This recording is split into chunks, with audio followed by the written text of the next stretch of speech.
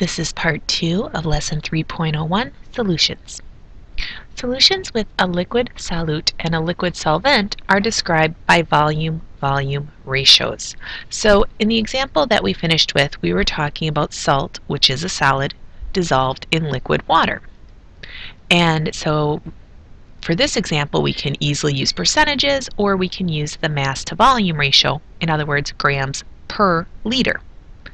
But if we're using two liquids, then it's called a volume-volume ratio. So when a solid solute is dissolved in a liquid solvent, the concentration can be described conveniently in terms of mass per volume, such as grams per liter.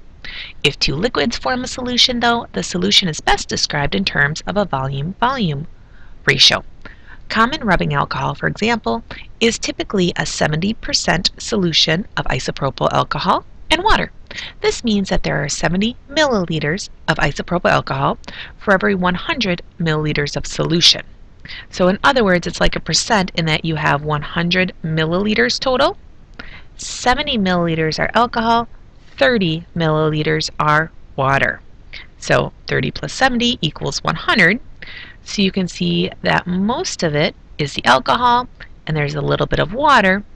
And again, instead of percentages, we can just say 70 mils of alcohol for every 30 mils of water, or we can say 70% alcohol and 30% water.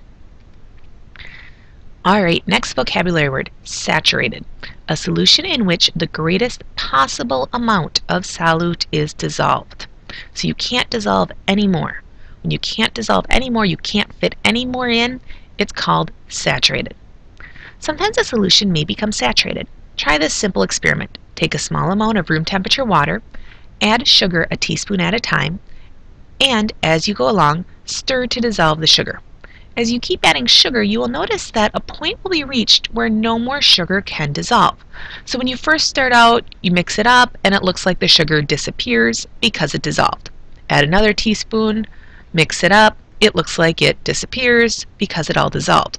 But eventually, no matter how much you stir it or shake it, you get a little bit at the bottom, and you can see some maybe even throughout. As you keep adding sugar, you will notice that a point will be reached where no more sugar can dissolve. The solvent, water, cannot hold any more of the sugar in solution. This solution is now said to be saturated. A saturated solution is one in which the solution cannot possibly dissolve more solute under the existing conditions. So you can mix it, but other than that, it can't dissolve anymore. Now they say existing conditions because, of course, you can make changes. Temperature plays a role in the ability of a solution to become saturated. If you were to try the same experiment with warm water and sugar or hot water, you would find that the solution could hold more solute. Temperature can influence the ability of a solution to hold solute, and it has to do with because what's happening to the molecules when the temperature goes up? Are the molecules moving faster or slower?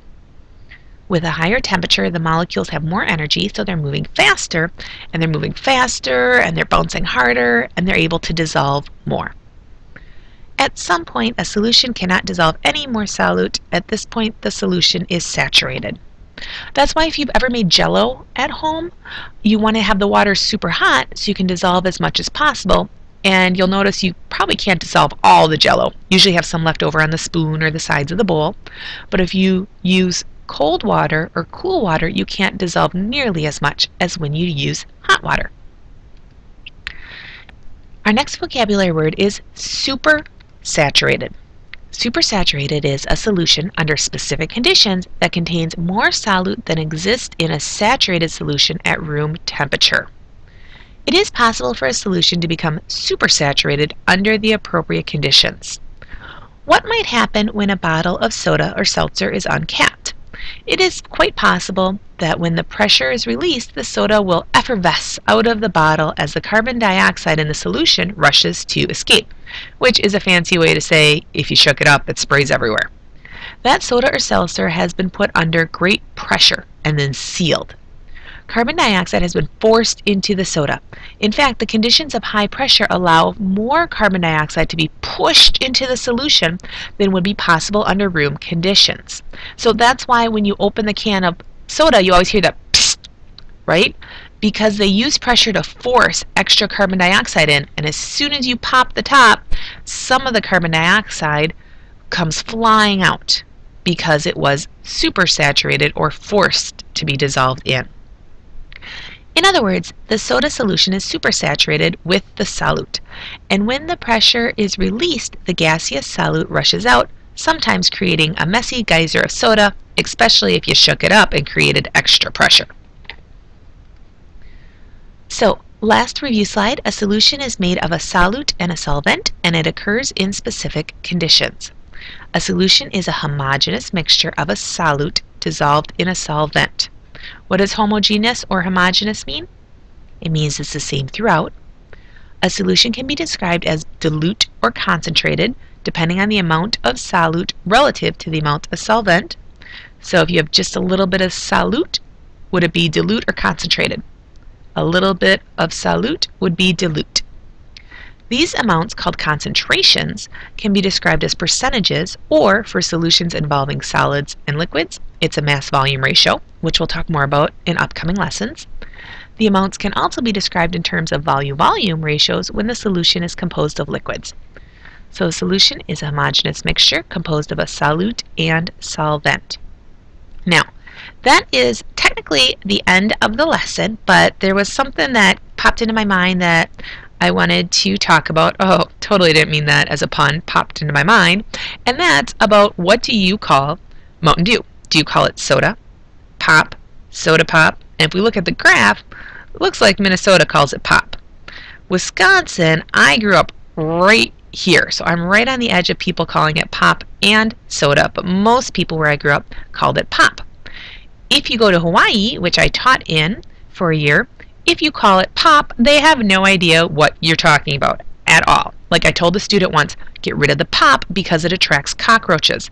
And the kid's like, Miss, I have no idea what you mean. And I was like, seriously? They had never heard it called pop before.